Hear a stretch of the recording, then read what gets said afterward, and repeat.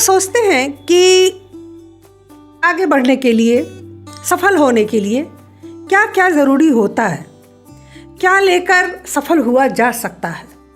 तो मेरा मानना है कि कुछ लेकर नहीं, कुछ छोड़कर सफल हुआ जा सकता है। जी हाँ, इंग्लिश में एक कोट है कि ड्रॉप द बैगेज, मतलब सामान छोड़ो।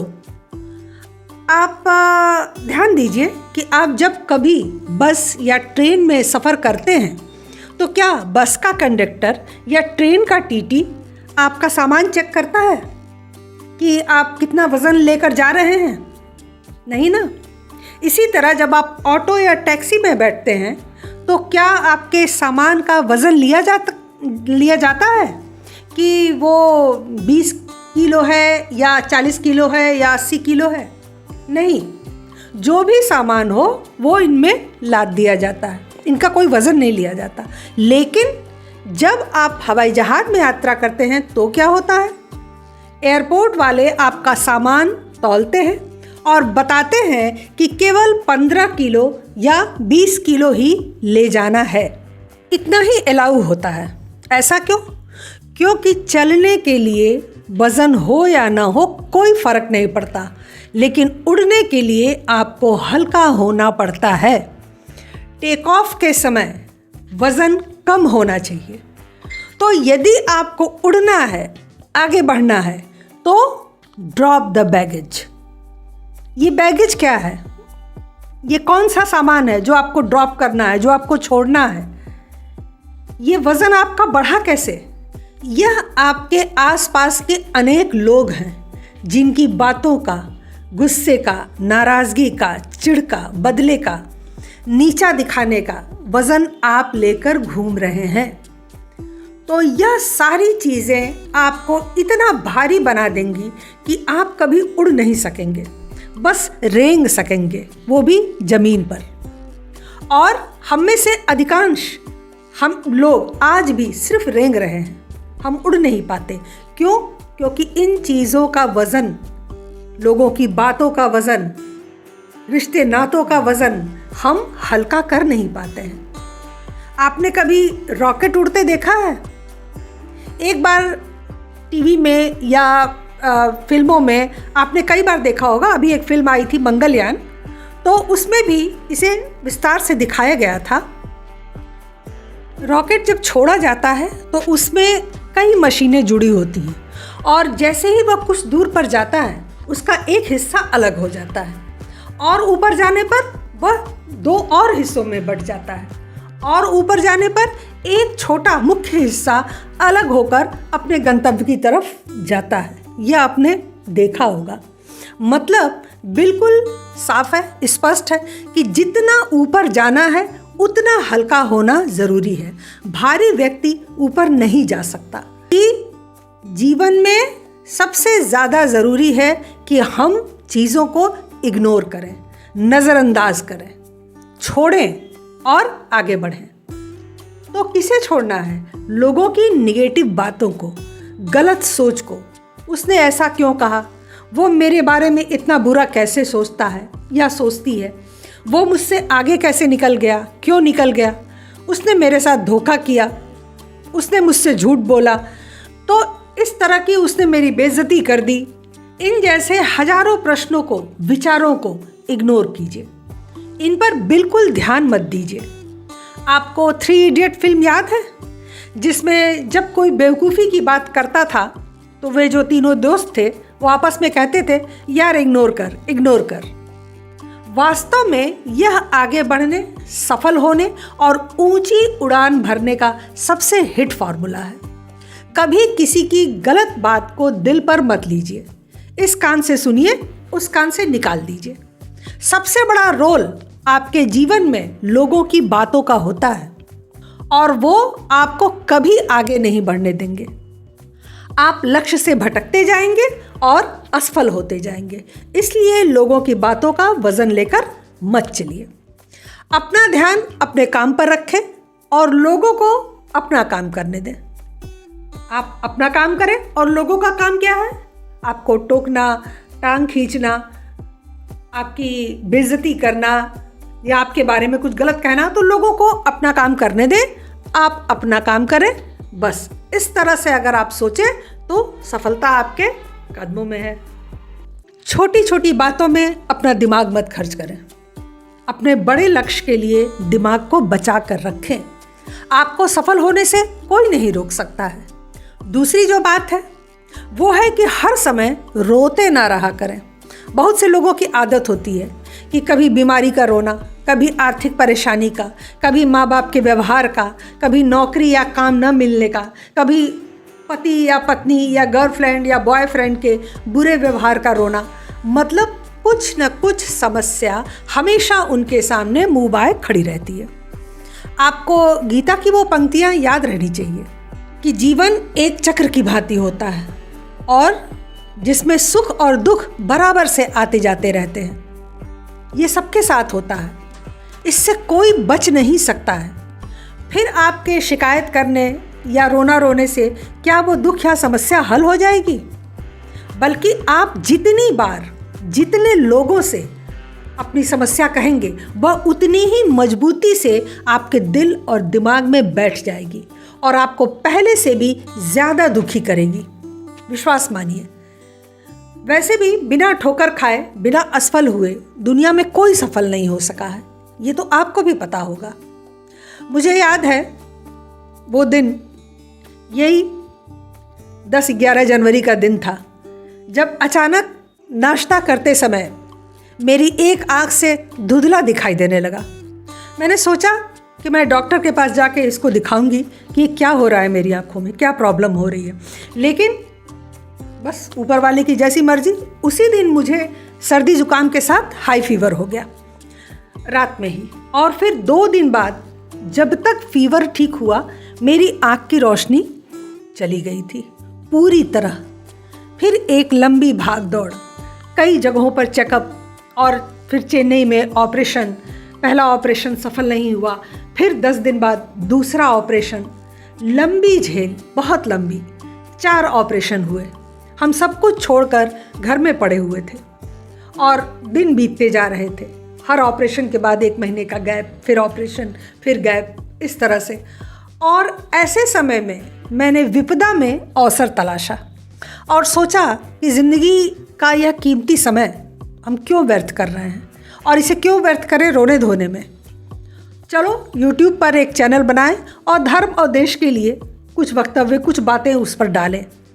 मैंने एक आँख से लिखना और पढ़ना शुरू किया क्योंकि मुझे एक आँख से तो दिखाई देता नहीं था। और फिर पूरे साल, पूरे 10 महीने मैंने संघर्ष किए और एक आँख से ही हम लिखाई पढ़ाई करके चैनल पर काम करते रहे। आज आप लोगों के सामने हैं। अब आप खुद सोचिए कि मैंने यदि रोकर दूसरों से अपने कष्ट साझा करके यह समय बिताया होता तो आज मेरा आत्मविश्वास कहीं मरा हुआ पड़ा होता, मेरे ज्ञान और जानकारी में इतना इजाफा न हुआ होता जैसा पिछले 1 साल में हुआ। तो कष्ट सबके जीवन में आते हैं और आएंगे, बस आप उस समय को कैसे बिताते हैं, हंसकर या रोकर, यह पूरी तरह आपके ऊपर निर्भर है। कोई किसी की मदद नहीं करता। दुख को सहने की आदत स्वयं डालनी पड़ती है, वो भी हंसते हुए, मुस्कुराते हुए, गुनगुनाते हुए। फिर आप देखिए कैसे आप सारी विघ्न बाधाओं को पीछे छोड़कर आगे बढ़ जाते हैं। कहानी किससे पढ़ने या सुनने और उसे अपने जीवन में उतारने में बहुत फर्क होता है। इसलिए सिर्फ सुनिए नहीं, समझिए और अपनाइए भी। समय का सदुपयोग करिए, समय को कभी बर्बाद मत करिए। तीसरी महत्वपूर्ण बात है कि जीवन में एक लक्ष्य निर्धारित कीजिए। बिना लक्ष्य का जीवन तो वैसे भी व्यर्थ होता है। स्टैनफोर्ड यूनिवर्सिटी के एक रिसर्च के अनुसार व्यक्ति अपने मानसिक क्षमता का सिर्फ 2% ही इस्तेमाल करता है। कुछ बिरले ही होते हैं जो अपने दिमाग का 5% इस्तेमाल कर पाते हैं। तो ऐसा क्यों है? क्यों नहीं अपनी क्षमता का हम भरपूर उपयोग कर पाते हैं? हमें ऐसा करने का प्रयास करना चाहिए। लक्ष्य साफ और स्पष्ट होने चाहिए। दशरथ माझी की तरह, मुझे ये पहाड़ काटना है, मुझे ये कार खरीदनी है, मुझे ऐसा ही घर बनाना है, मुझे उस जगह पे ज़रूर घूमने जाना है। मतलब बिल्कुल स्पष्ट लक्ष्य होना चाहिए कि आप क्या करना चाहते हैं, क्या आपका उद्देश्य है। समय भी निर्धारित होना चाहिए कि 5 साल में ये करना है, 3 साल में करना है या 6 महीने में करना है। जो भी आपका लक्ष्य हो वो टाइम बाउंड होना चाहिए। केवल लक्ष्य को दिमाग में मत रखिए, उसे कागज़ पर लिखिए। आपको लगेगा लिखने से क्या, बहुत फ़र्क पड़ता है। जब आप लक्ष्य को जितनी बार आप लिखते हैं और जब जब अपना लिखा हुआ आप पढ़ते हैं, आप उस पर और दृढ़ होते जाते हैं। तो इसलिए उसे लिख कर रखिए, फिर उस दिशा में पूरे लगन से कार्य शुरू कीजिए। कहा गया है कि आगे बढ़ना है तो बहरे बन जाओ। कुछ लोगों को छोड़कर बाकी सब आपका हौसला तोड़ने वाले होते हैं। चौथी महत्वपूर्ण बात है, अपने सीखने की क्षमता को बढ़ाते रहें। यह तो हम सब जानते हैं कि सीखने की कोई उम्र नहीं होती। दुनिया में ऐसे बहुत से लोग हैं जिन्होंने रिटायरमेंट के बाद डिग्रियां प्राप्त की, बिजनेस की बुलंदियों को छुआ। हम में से ज़्यादातर लोग स्कूल कॉलेज के बाद नौकरी या व्यवसाय के चक्कर में कुछ नया सीखना छोड़ देते हैं। आज के युवा जानकारी और तकनीक के अभाव में भटक रहे हैं। जी हाँ, बेरोजगारी का यही मुख्य कारण है। स्कूल कॉलेज की पढ़ाई में आज काम नहीं मिलता क्योंकि स्कूल कॉलेज की पढ़ाई स्किल्ड नहीं है और आपको कोई न कोई स्किल सीखनी होती ही है। हजारों ऑनलाइन कमाने के तरीके हैं, उन्हें जानना होगा। अगर आप सेटल्ड हैं और आप देश या धर्म के लिए कुछ करना चाहते हैं तो भी आपको जानकारी चाहिए। आपको पढ़ना होगा। सोशल मीडिया पर, यूट्यूब पर ऐसी अनगिनत जानकारियाँ मौजूद हैं, लेकिन आप कॉपी पेस्ट और फॉलो अनफॉलो खेलने में पूरा समय व्यतीत कर देते हैं और कभी भी कहीं से कोई जानकारी नहीं लेते हैं। कौन सुनने जाए, कौन पढ़ने जाए, इस तरह की सोच। तो नए ज़माने के साथ आपको अपडेट करना होगा। आप अगर नई और अच्छी जानकारी नहीं रखेंगे तो आप कहीं भी सफल नहीं हो सकते। विशेषकर महिलाओं के लिए यह बहुत ज़रूरी है जो कि घर और किचन से ऊपर उठ नहीं पाती हैं। नॉलेज के बिना सफलता लगभग असंभव है। जिस क्षेत्र में आपकी रुचि हो, जो भी आपको पसंद हो, वहाँ कुछ नया सीखने में जुट जाइए। 5वीं और अंतिम बात है सेल्फ कॉन्फिडेंस की। आपने सुना होगा, करत करत अभ्यास के जड़मत होत सुजान, रसरी आवत जात तय सिल पे होत निशान। मतलब कि निरंतर अभ्यास करने से व्यक्ति की बुद्धि बहुत तीव्र हो जाती है, वो बहुत बुद्धिमान, बहुत चतुर हो जाता है।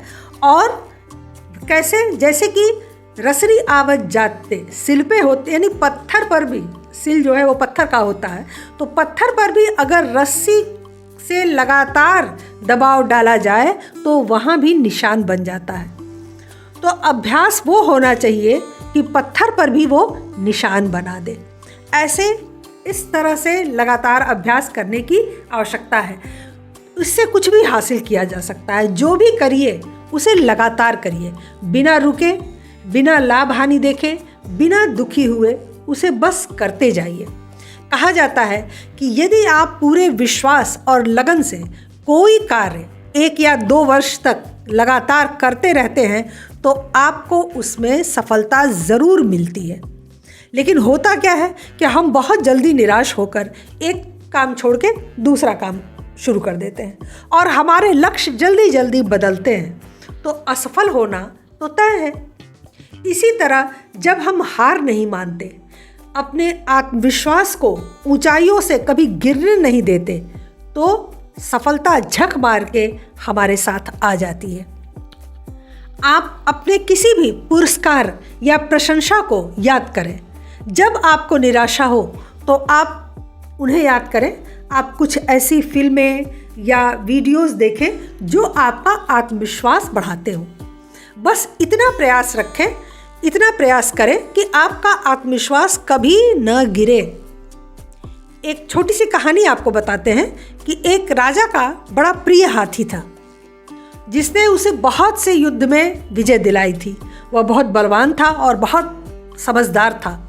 एक दिन वो पानी पीने गया और एक दलदल में फंस गया। राजा सहित सारे लोग बहुत परेशान हो गए। फिर रस्सियों की मदद से उसे निकालने का प्रयास किया गया, जाल डाल के निकालने का प्रयास किया गया, लेकिन बहुत प्रयास करने के बाद भी वो उसमें से नहीं निकल सका। राजा और सभी लोग बहुत निराश हो गए कि अब तो इस हाथी का बचना मुमकिन नहीं है। राजा रोने लगे अपने उस प्रिय हाथी के लिए। तभी एक वृद्ध मंत्री ने उनसे कहा कि सरकार, आप मेरी एक सलाह माने तो आप युद्ध के नगाड़े बजवा दें। और राजा ने अपने लोगों को आदेश दिया और चारों तरफ जो है युद्ध के नगाड़े और ढोल और तुरही ये सब बजने लगे। हाथी ने जब ये सुना तो उसे तुरंत अपना युद्ध का कौशल याद आया, उसे अपना बल याद आया और उसने जोर लगाया और बिना किसी सहारे के वह दलदल से निकलकर दौड़ पड़ा। बस इसी तरह हमें अपने विश्वास को बनाए रखना है। उन परिस्थितियों को पैदा करें, उस व्यक्ति से मिलें, उस वीडियो को देखें, उस फिल्म को देखें, उस किताब को पढ़ें जिससे आपका आत्मविश्वास बढ़ता हो। कहीं कोई चीज़ तो होगी जिसे देखने, सुनने, पढ़ने के बाद आपको बहुत अच्छा लगता हो। बस वही चले जाइए, वही करिए, लेकिन कभी जीवन में आत्मविश्वास को कमज़ोर मत होने दीजिएगा। याद रखिए, हमारी हर एक सोच ही हमारे भविष्य का निर्माण करती है। आप जैसा सोचेंगे आप वैसे ही बन जाएंगे। इसलिए अपने बारे में हमेशा अच्छा सोचें, बड़ा सोचें और पॉजिटिव सोचें, सकारात्मक सोचें। कुछ लोग आपको हारते हुए देखना चाहते हैं, उन्हें निराश कीजिए और आगे बढ़ जाइए। आगे बढ़कर जीत हासिल कीजिए। फेल होने से कभी मत डरिए। फेल होने के लिए हमेशा तैयार रहें, तो पास होने से आपको कोई नहीं रोक सकता। आज के लिए बस इतना ही। हमारे चैनल को सब्सक्राइब करें, लाइक करें और शेयर करें। और यदि आपके लिए यह वीडियो लाभप्रद हो, यदि आपको अच्छा लगा हो, तो मुझे कमेंट बॉक्स पे ज़रूर बताएं।